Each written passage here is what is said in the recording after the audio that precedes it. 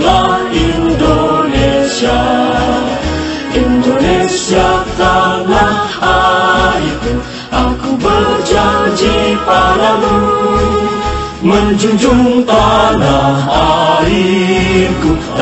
airku Indonesia.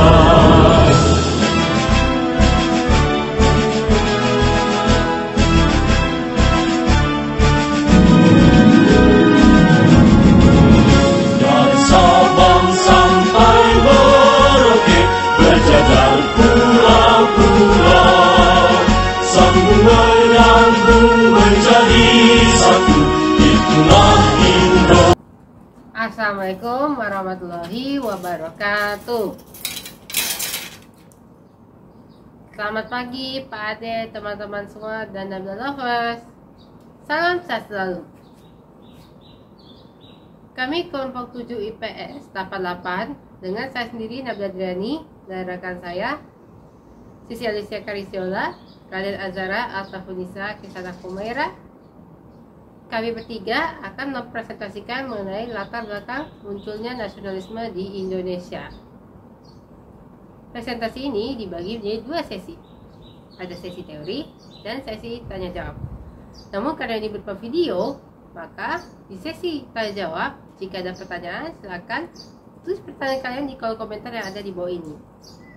Tapi bila dikunci oleh YouTube-nya, silakan kirim pertanyaan kalian ke email yang ada di bawah ini. Insya Allah kami akan menjawabnya. Tapi ingat, tidak keluar dari materi yang kami bahas ya. Baik, untuk mempersingkat waktu, saya mulai ya. Latar belakang munculnya nasionalisme di Indonesia. Pertama, kita harus tahu dulu apa sih yang dimaksud dengan nasionalisme. Nasionalisme berasal dari kata nation dalam bahasa Inggris dan nation dalam bahasa Belanda. Nasionalisme memiliki arti luas dan arti sempitnya. Nasionalisme dalam arti sempitnya yaitu rasa cinta tanah air dan bangsa yang tinggi namun berlebihan sehingga memandang bangsa lain rendah. Sedangkan arti luasnya, nasionalisme itu adalah cinta tanah air dan bangsa yang tinggi namun tidak berlebihan dan tidak memandang bangsa lain rendah. Jadi kalau disimpulkan, nasionalisme adalah paham kebangsaan dari masyarakat yang cinta tanah air dan bangsanya, yang mana contohnya di zaman sekarang kita harus mematuhi peraturan yang ada di Indonesia. Tapi kalau di masa penjajahan, masyarakat di masa penjajahan itu rela berkorban demi bangsa dan negaranya itu. Sekarang kita masuk ke faktor yang melatar belakangi munculnya nasionalisme di Indonesia. Ada dua faktor, yaitu faktor internal, yaitu dari dalam negeri, dan faktor eksternal dari luar negeri. Faktor internalnya itu ada perluasan pendidikan, kegagalan perjuangan di berbagai daerah, rasa sinarsis penanggungan, dan berkembangnya organisasi etnik kedaerahan. Lalu faktor eksternalnya yaitu munculnya paham-paham, yaitu pan-islamisme, nasionalisme, sosialisme, liberalisme, dan demokrasi. Lalu kemenangan Jepang atas Rusia di tahun 1905. Lalu berkembangnya organisasi pergerakan nasional di berbagai negara. Saya kita masuk ke perluasan pendidikan terlebih dahulu. Pada tahun 1901, Belanda menetapkan kebijakan politik etis atau politik balas budi, yang mana berawal dari tahun 1899. Politik ini diusulkan oleh Mr. C. Theodor van Deventer, yang mana isi kebijakan tersebut ada edukasi, transmigrasi, dan irigasi. Katanya Belanda ini untuk menguntungkan Indonesia, tetapi pada kenyataannya ketiga kebijakan ini untuk kepentingan Belanda sendiri. Contoh, mulai dari edukasi. Belanda ingin masyarakat Indonesia itu pintar untuk bisa bekerja untuk Belanda. Lalu transmigrasi. Jika rempah-rempahnya ada di Sumatera, Kalimantan, Sulawesi, dan sedangkan pekerjanya dari Jawa, maka Belanda mentransmigrasikan pekerja dari Jawa ke Sumatera, Kalimantan, Sulawesi, dan lain sebagainya. Sedangkan irigasi, agar tanaman dan tanahnya subur, maka Belanda mengirigasikan air ke lahan-lahan tersebut yang mana membutuhkan orang Indonesia yang pintar. Tetapi segi positifnya adanya pendidikan Indonesia, yaitu yang awalnya masyarakat Indonesia itu bodoh-bodoh menjadi pintar, yang mana lahirnya tokoh-tokoh organisasi pergerakan nasional di Indonesia. Pada abad ke-20, sekolah-sekolah di Indonesia sudah mulai berkembang. Dan tidak hanya dari pemerintah saja, ada dari organisasi keagamaan, kebangsaan, dan sosial. Contohnya, Muhammadiyah Islam, Misionaris Katolik, Sending Kristen, dan organisasi taman siswa. Nah, kita masuk ke kegagalan perjuangan di berbagai daerah. Kalian bisa lihat gambar yang ada di sini. Siapa pahlawan yang ada di sini? Ini ada Tuanku Imam Bonjol dari Sumatera Barat, Pangeran Diponegoro dari Jawa Tengah, Sultan Hasanuddin dari Sulawesi Selatan, dan Kapitan Patimura dari Maluku. Kenapa perjuangan di masa mereka itu selalu gagal? Karena dulu di masa penjajahan Belanda di masa mereka ini, itu perjuangan Indonesia masih bersifat kedaerahan.